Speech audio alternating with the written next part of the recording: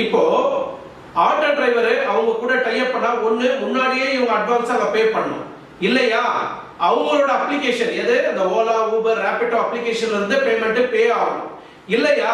இந்த ஆன்லைன்ல இருந்து உங்களுக்கு ஒரு வாட்டியே ஆர்டர் விழுந்துடுச்சுன்னா நீங்க என்ன அமௌண்ட் வாங்குறீங்களோ அதுல இருந்து 20ல இருந்து 25% அவங்களுக்கு நீங்க கொடுக்கணும். நீங்க இது வாரம் கட்டணும் இல்லைன்னா மாசம் கட்டணும். இது ரெண்டுல ஏதாவது ஒரு டேட் தவறுனாலும் அடுத்த ஆர்டர் உங்களுக்கு விழாது. நீங்க மறுபடியும் நார்மல் ஸ்டேஜ் நார்மல் ஆட்டோ தான் ஓட்டணும். ஆன்லைன்ல உங்களுக்கு எந்த ஒரு ஆர்டரும் கிடைக்காது. சோ இந்த ஒரு தருணத்துல நீங்க வாங்கக்கூடிய 50 ரூபாயில 50 rupees இப்ப நீங்க வாங்குறீங்கன்னா 20 ரூபாய் வந்து அவங்களுக்கு கொடுக்கணும். அப்போ உங்களுக்கு லாபம் வந்து 30 ரூபாய் தான்.